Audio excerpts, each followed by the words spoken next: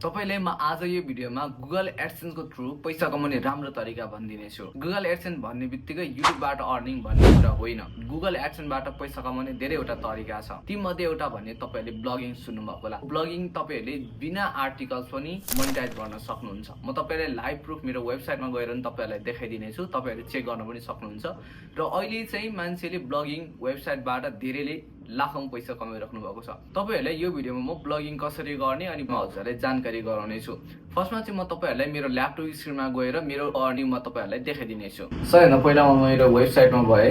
यही नाममा छ मेरो साइन्स राई भनेर तपाईहरुले चेक गर्न सक्नुहुन्छ। अब यो वेबसाइट हेर्नुहुन्छ भने मेरो सिंगल पेज जस्तै हो। यहाँनिर मैले केही पनि गरेको छैन, जस्ट फोटोहरु राखेको छु। यदि तपाईहरुले चाहिँ माइक्रोनिस खोज्नुहुन्छ भने तपाईहरुले सिंगल वेबसाइट पनि बनाउन सक्नुहुन्छ। र म मेरो गुगल एडसेन्समा गएर हजुरलाई देखाइदिनेछु। ल यहाँ हेर्न सक्नुहुन्छ मेरो भर्खरै मोनेटाइज भएको वेबसाइटमा पनि मेरो चाहिँ डलर चाहिँ अर्निङ भइसकेको छ।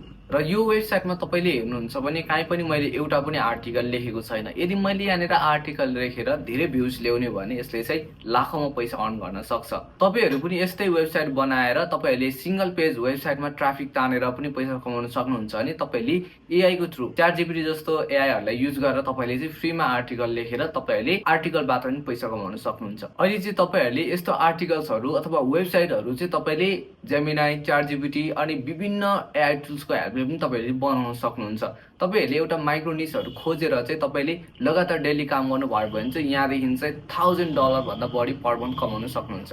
यसरी तपाईहरु ब्लगिङबाट पैसा कमाउन चाहनुहुन्छ भने धेरै कुरा ध्यान दिनु पर्दैन। तपाईहरुले सिम्पली एउटा माइक्रो निशहरु सेलेक्ट गर्नुस्। तपाईले जे पनि राख्न सक्नुहुन्छ। जस्तै एउटा सर्च भइराख्ने टपिक, तपाईहरुले PNG फोटो कन्भर्ट गर्ने, फोटो स्क्यान गर्ने। ब्लगिङबाट पैसा कमाउनको लागि सबैभन्दा पहिला तपाईसँग चाहिँ डोनेम र होस्टिङ हुनुपर्छ। अनि मात्रै तपाईहरुले आफ्नो वेबसाइट क्रिएट गर्न सक्नुहुन्छ।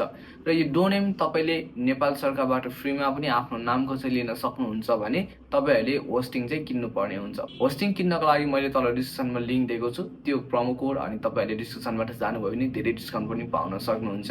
मैले चाहिँ यो तपाईहरुलाई थोरै मोटिभको लागि मैले ब्लगिङबाट पनि पैसा कमाउन सकिन्छ भन्ने कुरा देखाएको हो। यदि तपाईहरुलाई ब्लगिङ रिलेटेड भिडियो डिटेल्समा चाहिन्छ भने कमेन्ट गर्नु होला। म नेक्स्ट पार्टमा तपाईहरुलाई कसरी आर्टिकल लेख्न सकिन्छ, कसरी वेबसाइटको डिजाइन गर्न सकिन्छ यो विषयमा पनि म तपाईहरुलाई भिडियो बनाइदिनेछु।